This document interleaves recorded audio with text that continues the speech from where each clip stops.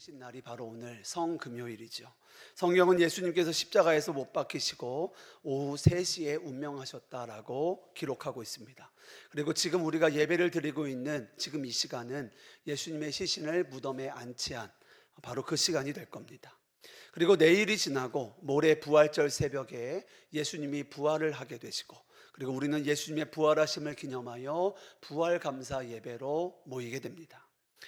영화나 드라마로 말하면 오늘 예수님이 십자가에 못 박히신 성금요일은 클라이막스, 절정의 시간입니다. 그저 단순한 감정의 절정이 아니라요, 하나님의 구원의 역사가 가장 강하게 그리고 분명하게 드러나는 순간이죠.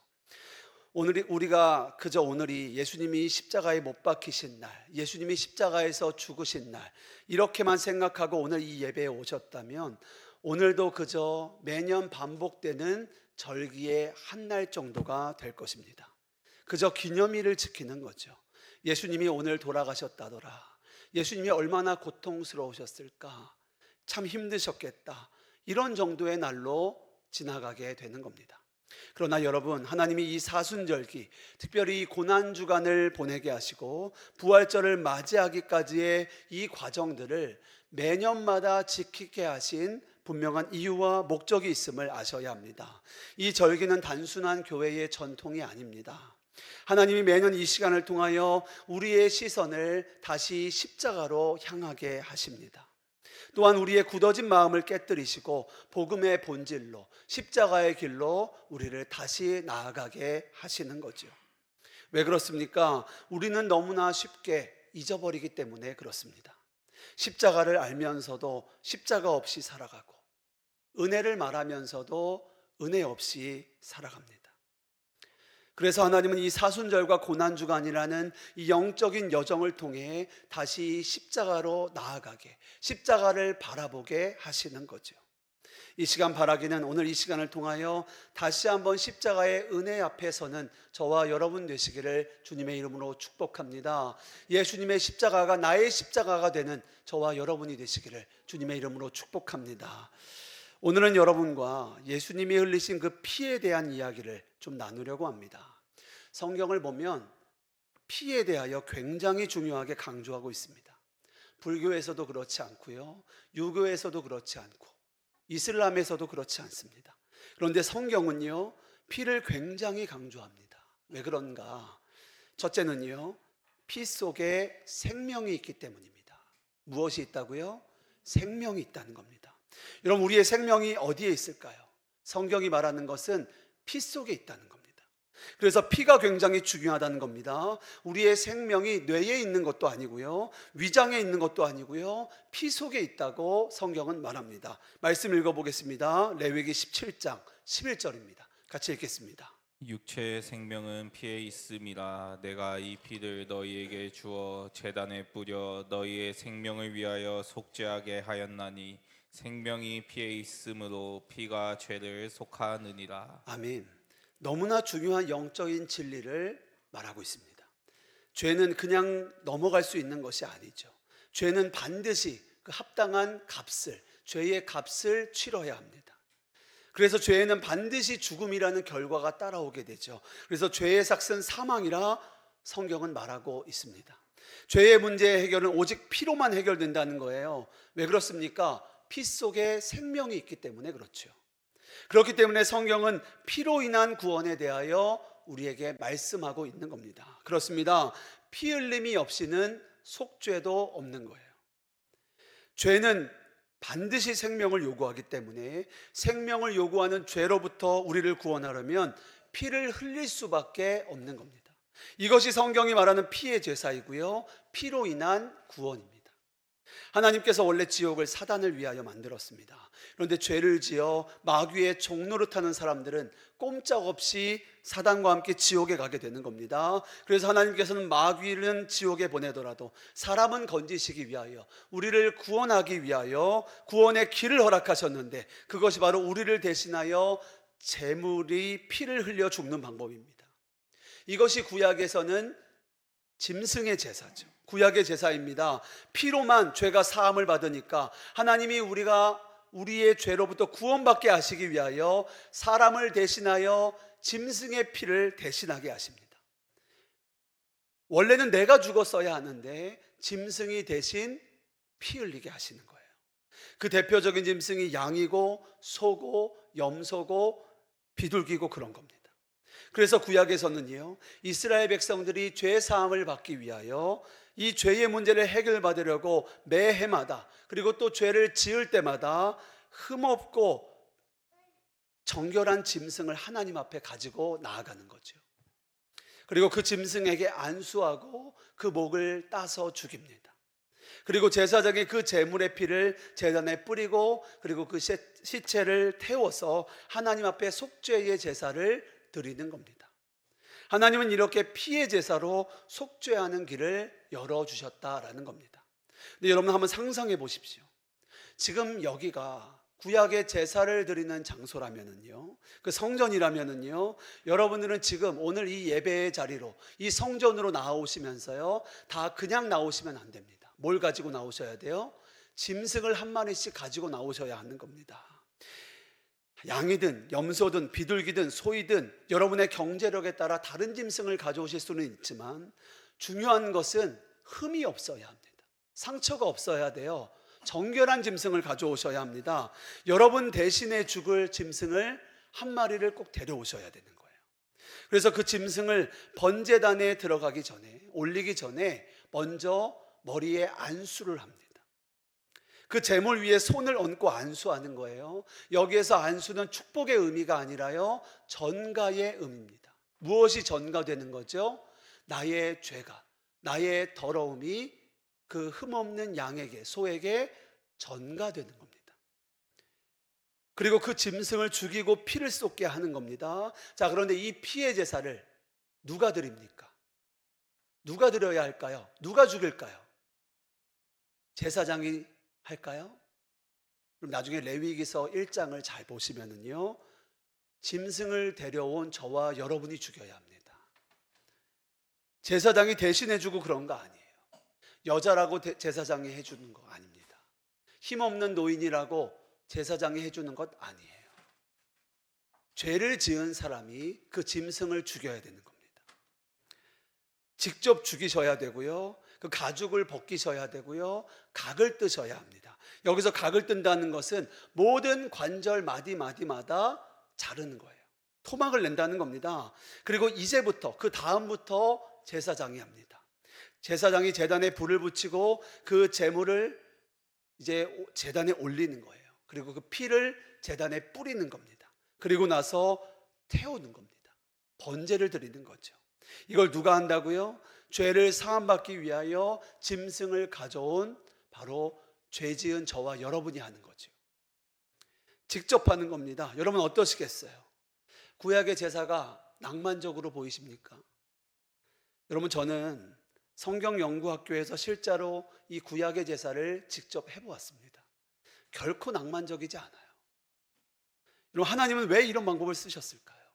가장 중요한 것은요, 피의 속죄는 하나님이 정하신 구원의 방식입니다. 자, 그런데 구약의 제사를 통하여 우리가 깨닫게 되는 것이 있는데요, 죄는 반드시 죽음을 가져온다는 거예요. 그것을 우리로 알게 하는 겁니다. 지금 내가 지은 죄 때문에 지금 내 눈앞에서 짐승이 죽어가고 있어요. 피를 흘리고 있습니다. 원래는 내가 받았어야 할 죄값이에요. 내가 죽었어야 할 자리입니다. 내가 흘렸어야 할 피예요. 근데 제사를 드리면서 그 죄의 값이, 그 죄가 얼마나 무서운지를 알게 되는 거예요. 또 하나, 그 짐승이 피를 흘리는 것을 보면서, 죽어가는 것을 보면서 내 죄가 사함받았다는 사실을 깨닫게 됩니다. 그 속죄의 확신을 갖게 되는 거예요. 나의 죄를 대신하여 흠없는 양이 죽을 때에 내 죄를 가지고 그 짐승이 피를 쏟았구나, 죽었구나, 내 죄가 사함받았구나, 그렇게 죄 사함에 대한 확신을 갖게 되는 거죠. 그리고 제사를 드리고 돌아갈 때, 아, 이제 나는 정결케 되었다, 나는 속죄함을 받았다, 라는 그 확신을 가지고 나아가게 되는 겁니다. 이렇게 하나님은 구약의 제사를 통하여 생생하게 눈으로 보게 하시고 몸으로 속죄를 경험하게 하셨어요. 그런데 구약의 제사, 이 짐승으로 인한 속죄의 제사는요, 몇 가지 한계가 있었습니다. 첫 번째는 항상 한 번의 제사는 한 번의 속죄만 가능하다라는 거예요. 그러니까 매번 죄를 지을 때마다 속죄의 제사를 드려야 하는 거예요. 그러니까 구약의 성전은 말 그대로 피비린내로 진동을 하는 겁니다. 계속해서 짐승은 죽어가야 되니까 말이에요. 다음으로 짐승이 피를 흘려도요, 죄인인 우리의 본성은 바뀌지 않아요. 끊임없이 반복해서 속죄의 제사를 드렸어야만 했습니다. 왜 그렇습니까? 죄의 문제는 행위의 문제가 아니라 본성의 문제이기 때문에 그런 거예요. 짐승의 피는 죄를 덮을 수는 있어도 죄인을 변화시킬 수는 없는 겁니다. 이것이 하나님이 우리를 죄에서 구원하려고 하는 하나님의 완벽한 계획은 아닙니다. 하나님은 우리의 속죄를 위하여 완벽한 구원 계획을 이미 세워두셨어요. 그런데 하나님께서는 먼저 이 짐승의 속죄 제사를 우리에게 허락하셨습니다. 그리고 그 속죄 제사를 통하여 하나님의 완벽한 구원의 계획을 우리로 깨닫게 하시고 그리고 믿게 하시기 위하여 하나님이 우리에게 그 짐승의 제사를 먼저 주신 거죠. 여러분이 아시는 것처럼 하나님의 완벽한 구원의 계획은요, 예수 그리스도의 십자가입니다. 하나님은 예수 그리스도를 통하여 우리의 죄를 덮는 정도가 아니라요, 완전히 제거하고 우리의 존재가 완전히 새로워지는, 거듭나게 하기 위한 완전한 구원의 계획을 갖고 계셨어요. 그래서 죄로 인하여 타락한 우리가 하나님이 창조하셨던 그 창조의 원형으로 다시 돌아오는 역사가 예수님의 십자가로 말미암아 이루어지게 된 겁니다. 그 길이 열려지게 된 거예요. 그래서 성경은 예수님의 피를 언약의 피다라고 말하고 있습니다. 오늘 함께 읽은 성경 본문에 보면은요, 이때는 예수님이 제자들과 십자가를 지시기 전에 최후의 만찬을 하실 때 예수님이 그 포도주를 제자들에게 나누어 주시며 하신 말씀이에요. 이것은 죄 사함을 얻게 하려고 많은 사람을 위하여 흘리는 피, 곧 언약의 피다라고 주님이 말씀하시는 거죠. 여러분, 예수님께서 이것을 언약의 피다라고 말씀하셨습니다. 이것은 그냥 피가 아니라요, 언약이 함께 있는 피다, 약속이 함께 있는 피다라는 것을 말씀하시는 거예요. 하나님께서 이미 구원에 대하여 약속을 먼저 하셨습니다. 그리고 그 구원의 약속을 이루시기 위하여 하나님께서 예수님을 이 땅에 보내신 거예요. 그리고 죄 사함을 얻게 하려고 그분이 십자가에 달려 피를 흘리신 겁니다. 예수님으로 인하여 그 구원의 약속이 이루어진 거죠. 그렇습니다. 하나님이 우리를 구원하시기 위하여, 우리의 모든 죄를 완전히 사하시기 위하여, 그리고 우리를 완전히 새롭게 거듭나게 하시기 위하여 예수님을 십자가에 못 박으신 거예요. 그리고 그 피를 흘리시고 구원의 길을 열어주신 겁니다. 근데 그 전에 무엇이 먼저 있었다고요? 약속이 먼저 있었습니다. 예수님은 그 약속의 피, 언약의 피를 흘리셨다라는 겁니다. 그리고 그 약속을 십자가에서 예수님이 이루시는 거예요. 그래서 예수님은 이것을 언약의 피다라고 말씀하시는 겁니다. 그래서 고린도전서 15장 3절 4절에 보면 예수님의 죽음을 성경대로 죽으셨다라고 말하고 있습니다. 말씀 읽어보겠습니다. 내가 받은 것을 먼저 너희에게 전하였노니 이는 성경대로 그리스도께서 우리 죄를 위하여 죽으시고 장사 지낸 바 되셨다가 성경대로 사흘 만에 다시 살아나사. 아멘. 여기서 반복되죠. 성경대로 되었다는 것. 하나님의 약속이 먼저 있었습니다. 우리를 구원하시기 위한 하나님의 약속이 있었어요.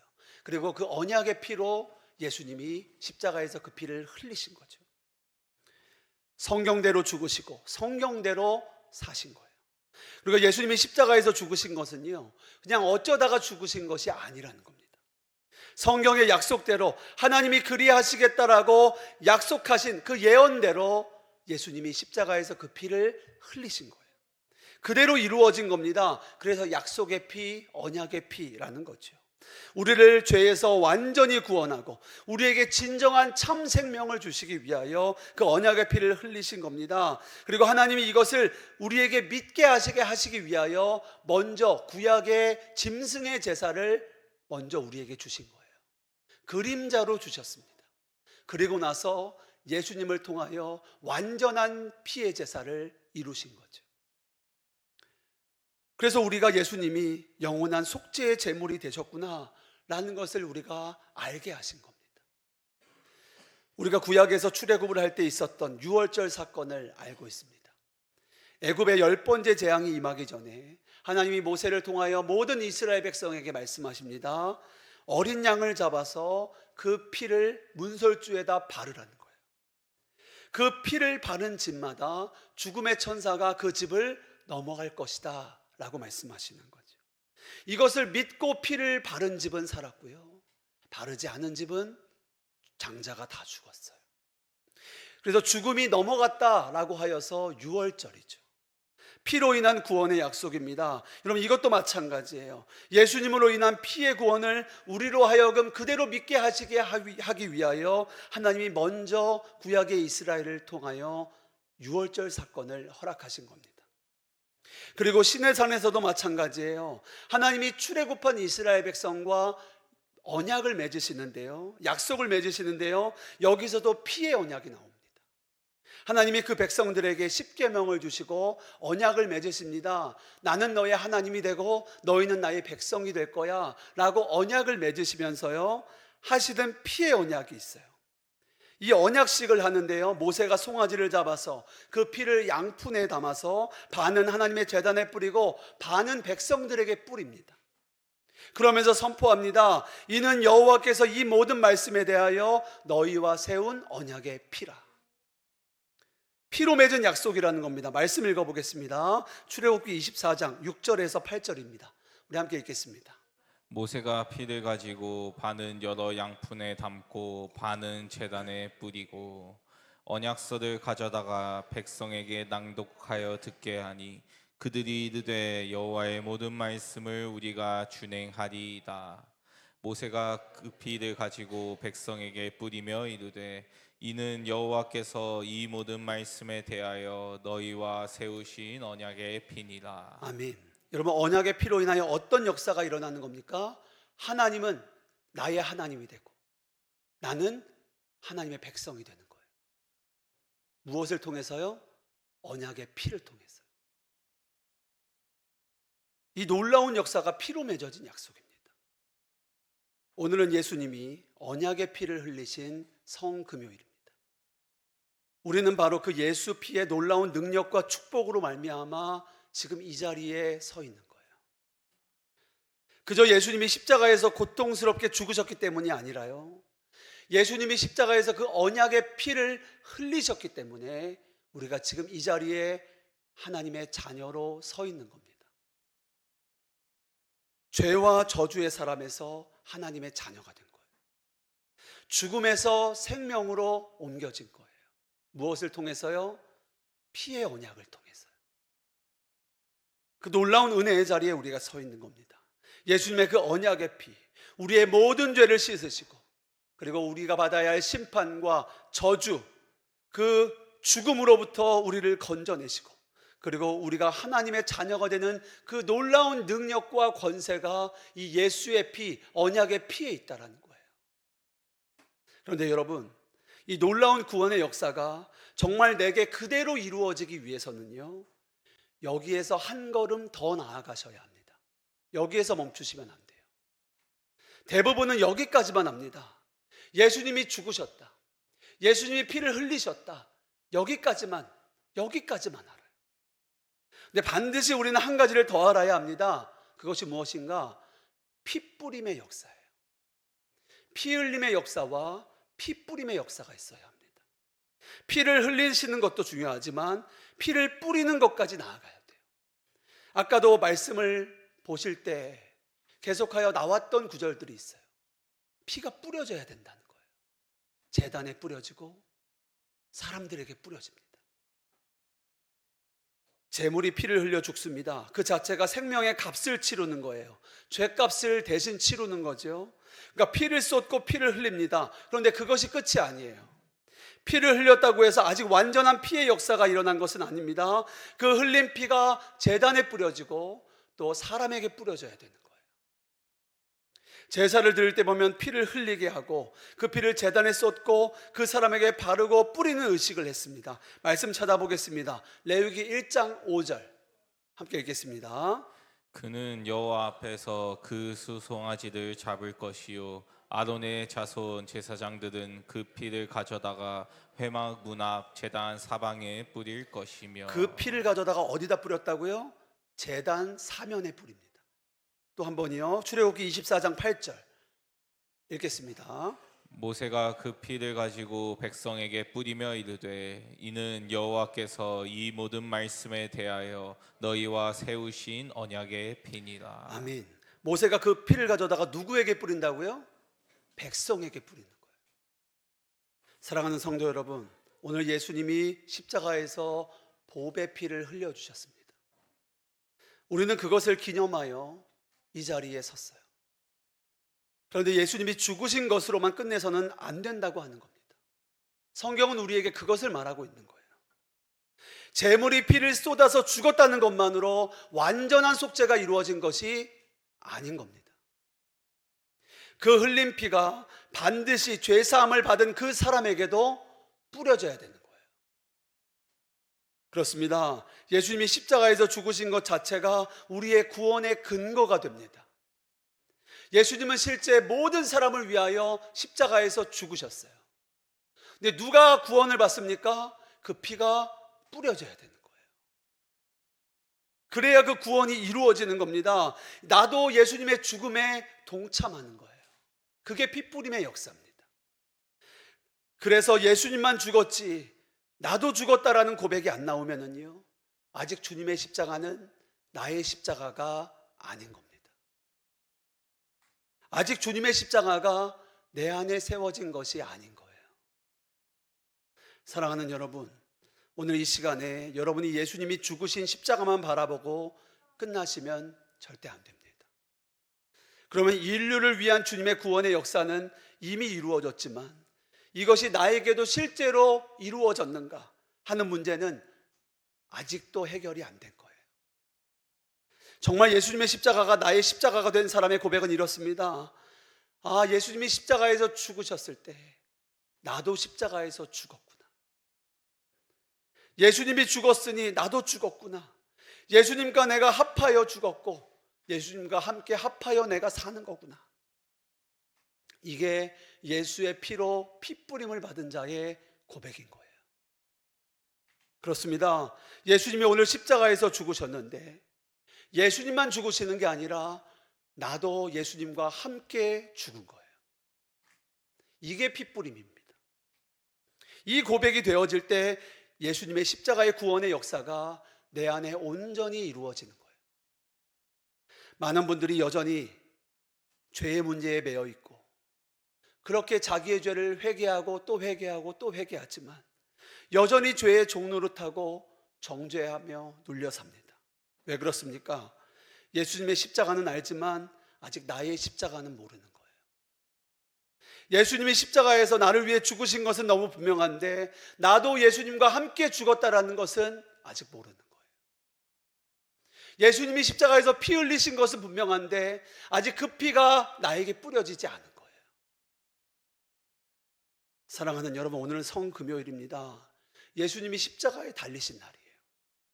오늘 이 시간은 예수님의 죽음만 보려고 온 시간이 아닙니다.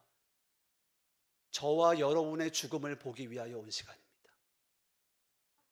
오늘 성금요일에 하나님이 주시는 메시지는 분명합니다.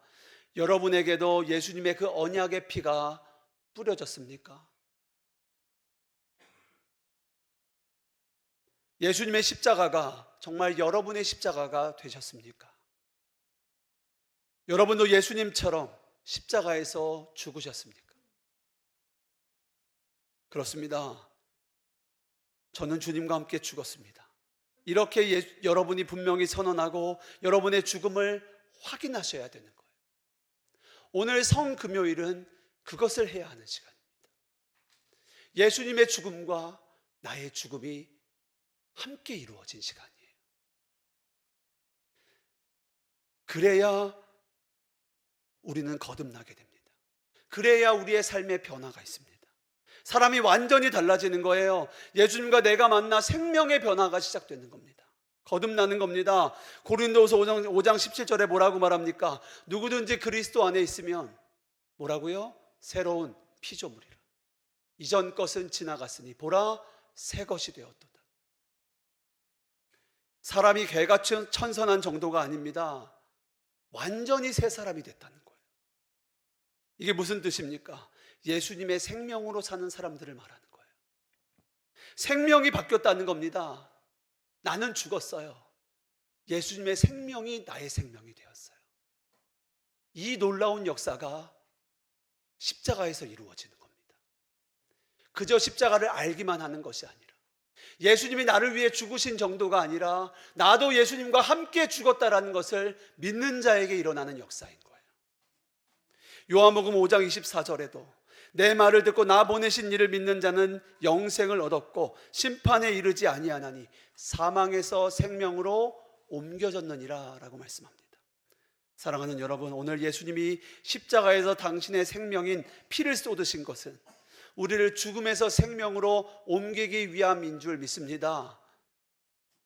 이 말은 이제 여러분이 예수님과 함께 죽고 이제는 예수님과 함께 생명으로 나아간다라는 것을 말하는 거예요. 그것 때문에 예수님이 피를 흘리신 겁니다. 미국의 닉슨 대통령의 보좌관을 지낸 척 콜슨이 쓴 책이 있습니다. 누가 하나님을 대변할 것인가 라는 책에 인디애나주 출신의 윌리엄 본 트레이저 대법관의 이야기가 실려 있습니다. 이 트레이저 대법관은 신실한 사람이었고 예수님으로 인한 행복한 사람이었습니다. 그런데 어느 날 사건을 맡았는데요, 죄질이 나쁜 강도 해리 팔모라는 그 사람을 재판을 하게 된 겁니다. 내가 강도였던 그 해리 팔모가요, 감옥 안에서 예수님을 영접합니다. 그리고 진심으로 회개를 하고 거듭난 사람이 돼요. 그렇게 1심, 2심, 그리고 3심까지 오게 된 겁니다. 그 3심에서 대법관 트레이저를 만났어요. 그 강도의 변화를 트레이저 대법관이 보게 됩니다. 그러면서 그의 마음에 고민이 돼요. 그래서 죄는 밉지만 그 사람을 도와야 되겠다라는 마음이 생깁니다. 이제 선고를 해야 하는 재판날이 되었습니다. 정상적인 판결이라면 10년 정도의 형을 받아야 하는 그런 잘못이었어요. 죄였습니다. 근데 재판을 하는 날 1년형을 언도합니다. 이것 때문에 세상이 난리가 납니다. 부당한 재판이 아니냐고 위원회가 열립니다. 여론도 엄청나게 들끕니다. 법원 내부에서도 난리가 났어요. 법에 따라 재판해야 할 판사로서는 문제 있는 행동을 한 거죠. 그래서 트레이저 대법관이 사표를 냅니다. 자기가 잘못했다는 사실을 솔직히 인정하고 대법관의 자리에서 내려와요. 1년 후에 해리 팔모가 교도소에서 형을 살고 나온 날, 그날 이 트레이저 판사가 교도소 앞에 그를 마주 나갑니다. 해리 팔모가 교도소의 문을 열고 나올 때 그 트레이저 판사가 해리 팔모를 껴안았습니다. 그때 해리 팔모가 눈물을 흘리면서 엎드려 이렇게 말합니다. 판사님, 그렇게까지 하실 필요는 없었는데요. 그때 트레이저 판사가 이런 말을 남깁니다. 이렇게까지라니요. 예수님은 형제와 나를 구원하시기 위하여 목숨까지도 주셨는데요. 그러자 해리 팔모가 이렇게 말합니다. 제가 실망시켜드리지 않겠습니다. 최선을 다해 살겠습니다. 이전과는 다른 삶을 살겠습니다. 방금 이 이야기는 정말 예수의 피로 구원받은 자의 삶이 무엇인지 우리로 생각하게 합니다. 십자가는 단순히 그저 예수님이 우리를 위하여 속죄의 제물로 죽으셨구나, 내 죄가 씻어졌구나 라는 정도가 아니라는 거예요. 우리가 그분을 믿고 죄사함을 받았구나, 이렇게 교리적으로만 받아들일 문제가 아니라는 겁니다. 그렇습니다. 예수님의 십자가를 정말 깨닫고 내가 그것을 믿게 되면, 받아들이게 되면은요, 이제는 더 이상 이전의 삶을 살 수 없는 거예요. 예수의 피로 내가 핏부림을 받게 되면은요, 이제는 내가 예수의 생명으로 살게 되는 겁니다. 나는 죽고 예수로 사는 거예요. 예수의 생명이 나의 생명이 되는 거죠. 갈라디아서 2장 20절 말씀 우리 같이 읽어보겠습니다. 갈라디아서 2장 20절입니다. 제가 읽겠습니다. 내가 그리스도와 함께 십자가에 못 박혔나니 그런즉 이제는 내가 사는 것이 아니요 오직 내 안에 그리스도께서 사시는 것이라. 이제 내가 육체 가운데 사는 것은 나를 사랑하사 나를 위하여 자기 자신을 버리신 하나님의 아들을 믿는 믿음 안에서 사는 것이라. 아멘. 내가 그리스도와 함께 죽었다라고 고백하고 있어요. 예수님만 죽은 거 아닙니다. 예수님만 피 흘리신 거 아니에요. 그 피가 내게 뿌려졌습니다. 나도 예수님과 함께 죽은 거예요. 들어보셨을 수 있는 예화인데요. 리차드 범브란트 목사님이 쓰신 책 속에 나오는 예화입니다. 어느 마을에 형제가 있었습니다. 어느 날 이 둘째가 살인을 저지르고 집으로 도망쳐 뛰어들어왔습니다. 평소에도 늘 동생은 문제를 많이 일으켜 왔어요. 형은 언제나 동생을 걱정해 왔습니다. 근데 정말로 동생이 엄청난 사건을 저지르고 살인자가 되어서 경찰에 쫓기며 다급하게 집에 들어온 거예요. 형, 나 좀 살려줘. 형, 어떻게 나 좀 살려줘. 그리고 들어오는 겁니다. 그 다급한 순간에 형이 동생에게 너 빨리 옷 벗어. 그리고 그 피가 묻은 동생의 옷을 자기가 입고 자기가 입던 옷을 동생에게 입힙니다. 그리고 동생을 숨겼을 그때에 경찰이 들이닥쳐요. 보니까 살인죄를 저지른 그 옷을 그 형이 입고 있는 거죠. 그래서 경찰이 그 형을 끌고 나갑니다. 동생은 아무 말 못하고 숨죽이고 있었어요. 내가 죽인 사람이라고 옷을 바꿔 입었다고 말하지 못합니다. 너무 두렵고 떨리니까 그저 숨어 있었어요. 그렇게 동생은 그냥 집에 있고 형은 끌려가서 살인범이 되고 나중에 사형 선고를 받고 형장의 이슬로 사라지게 됩니다. 형이 사형을 당했다는 소식을 듣고 동생은 자기 때문에 형이 죽었다고 펑펑 웁니다. 그리고 그 다음부터 동생의 삶은 바뀌게 돼요. 형의 옷을 입은 것 때문에 완전히 인생이 달라져 버린 거예요. 예전에 함께 어울리던 친구들이 그를 찾아옵니다. 그러나 그는 단호하게 그들을 거절합니다. 나는 이미 죽었어. 형이 내 옷을 입고 잡혀가던 그날 나는 죽었어. 나는 이제 형의 삶을 대신 사는 거야. 동생이 그렇게 고백을 했다는 거예요. 사랑하는 여러분, 예수님은 저와 여러분을 죄에서 건지시기 위하여 당신의 보배로운 피를 흘리셨습니다. 우리를 살리기 위하여 생명을 내어주셨어요. 그리고 그 언약의 피로 말미암아 우리가 하나님의 자녀가 되었습니다. 우리가 정말로 그 은혜를 받았다면, 그 피뿌림의 역사가 우리에게 이루어지면 우리는 반드시, 그리고 당연히 우리 자신을 하나님께 드리는 삶으로 나아가게 됩니다. 우리의 생명이 주님으로부터 온 것이기 때문에 그래요. 오늘 이 시간이 예수 그리스도께서 십자가에서 그 보배로운 피를 쏟으신 날입니다. 그리고 그 보혈의 피가 저와 여러분에게 뿌려진 거예요. 이제 우리는 이렇게 고백합니다. 주님, 그렇습니다. 예수님과 나는 생명이 뒤바뀌었습니다. 예수님이 죽으신 그 십자가가 내가 달렸어야 할 십자가입니다. 예수님의 죽음이 곧 나의 죽음입니다. 우리가 그렇게 예수님의 죽음을 나의 죽음으로 받아들이는 거예요. 여러분, 이것은 전적으로 믿음의 역사입니다. 이것이 믿어질 때 우리는 십자가의 능력으로 살게 되어지는 거예요. 우리가 애쓰고 노력한다고 내가 바뀌어지고 고쳐지는 거 아닙니다. 십자가 복음의 진리가 우리의 삶을 바꾸는 거예요. 그 십자가에 흘리신 피가 내게 뿌려질 때 내 삶이 거듭나는 겁니다. 여러분 안에 예수님의 생명이 역동하는 거예요. 그렇게 안 되던 것이 생명의 역사가 일어나는 겁니다. 내 힘이 아니에요. 내 노력이 아닙니다. 예수님의 피가 나를 완전히 새 사람이 되게 하시는 겁니다. 이전 것은 지나갔으니 보라, 새 것이 되었도다. 그때부터 우리의 삶이 바뀝니다. 예수님의 마음이 느껴지고 주님의 감정이 느껴지고 이제는 주님의 마음이 내 마음이 되고 주님이 원하시는 것이 나의 원함이 되고 예수님이 바라보시는 것이 내가 바라보는 것이 되고 그렇게 바뀌어지는 거예요. 여러분, 이것은 예수의 피가 뿌려진 사람, 예수님과 함께 십자가에서 죽은 사람만이 누리게 되는 십자가의 능력입니다. 사랑하는 여러분, 오늘 성금요일에 하나님이 우리에게 요구하시는 것은 하나입니다. 예수님의 십자가에서 우리도 함께 죽었음을 믿음으로 취하라는 거예요. 예수님만 십자가에 달리신 것이 아니라 나도 그 십자가에서 함께 죽었음을 믿음으로 인정하셔야 합니다. 그리고 그 피가 내게도 뿌려졌음을 믿으셔야 돼요. 예수님이 흘리신 피는 단순히 죄를 씻기기 위한 피일 뿐 아니라 우리를 완전히 새로운 생명으로 거듭나게 하시기 위한 피뿌림의 역사인 거예요. 그 언약의 피인 것입니다. 이 시간 축복합니다. 예수와 함께 십자가에서 죽고 이제는 예수와 함께 살아가시는, 부활의 능력으로 살아가시는 저와 여러분 되시기를 주님의 이름으로 축복합니다. 우리 찬양하고 함께 기도하겠습니다.